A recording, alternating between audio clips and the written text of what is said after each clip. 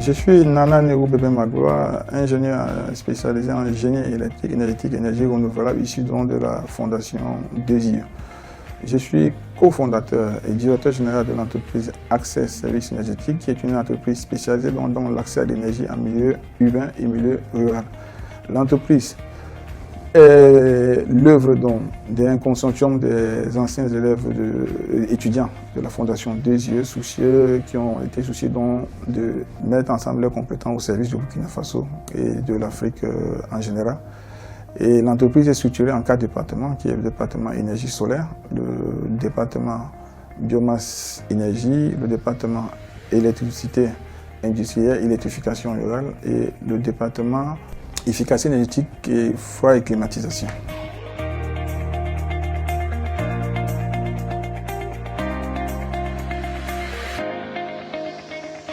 Il faut noter que l'entreprise a été mise sur pied en 2012 et vraiment, il faisait son bout de chemin. Donc, à travers la situation sécuritaire qui s'est dégradée à partir de 2016, l'entreprise a rencontré des difficultés jusqu'à la mobilisation de son matériel sur le site de Bani, à 6 km de Bouzanga, où l'entreprise était dans l'exécution de l'électrification d'un village dans la sous-région, c'est-à-dire entre Koumboussi et Djibo. L'entreprise a commencé à rencontrer ces situations difficiles à partir de cette période-là et tendait même à s'éteindre. Avec ces difficultés, Dieu merci, on a eu la nouvelle de l'appel à projet avec lancé le BRM à travers la coordination du PACAO sur l'initiative de l'Union européenne, de la Chambre de commerce. Donc, nous avons soumis notre dossier. Et Dieu merci, nous avons été retenus parmi les entreprises accompagnées. Le montant de l'accompagnement s'élève à 11 249 990 francs, comme quota de participation du bénéficiaire, que nous sommes le bénéficiaire de 2 249 998 francs CFA.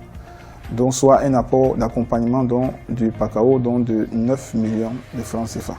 À travers cet investissement, il faut noter déjà que selon la démarche du BRM, qui est une démarche vraiment intéressante, il a d'abord fallu faire un diagnostic qui a permis d'identifier les faiblesses, les points forts et les points faibles de l'entreprise, qui se sont révélés à 2 grands points. Le premier point était situé au niveau de renforcement de la gestion interne de l'entreprise à travers l'acquisition des logiciels, le renforcement capacité de la secrétaire et moi-même le gérant, le responsable de l'entreprise pour la maîtrise de la comptabilité, étant donné que avant cela, la comptabilité était externe. Donc il a fallu mettre sur pied cette formation-là pour vraiment renforcer ces compétences-là et orienter beaucoup plus la gestion de l'entreprise interne.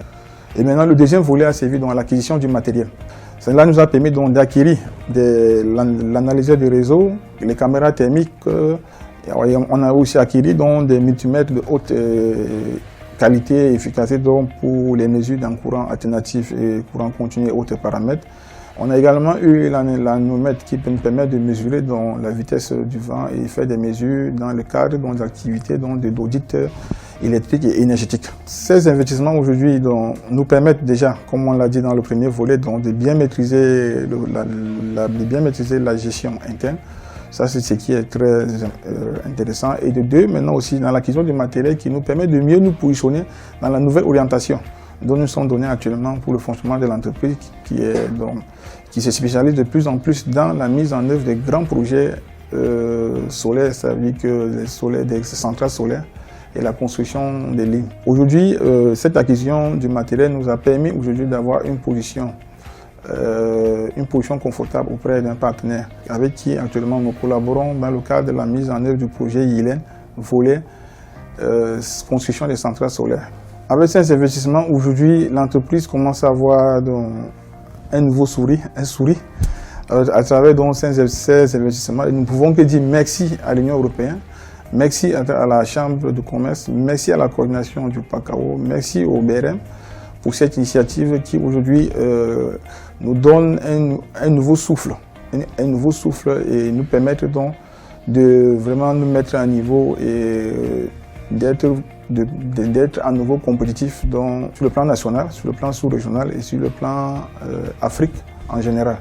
Donc nous ne pouvons que dire merci pour cela et exhorter l'Union européenne, la Chambre de commerce, la coordination du PACAO et le BRM à poursuivre cette initiative étant donné qu'il y en a plusieurs autres entrepreneurs qui en ont besoin de ces investissements et qui se retrouvent, qui sont dans la situation que nous avons traversée et qui ont besoin de ces financements-là pour avoir une deuxième souffle de fonctionnement comme nous l'avons actuellement. Donc nous disons merci, merci et merci.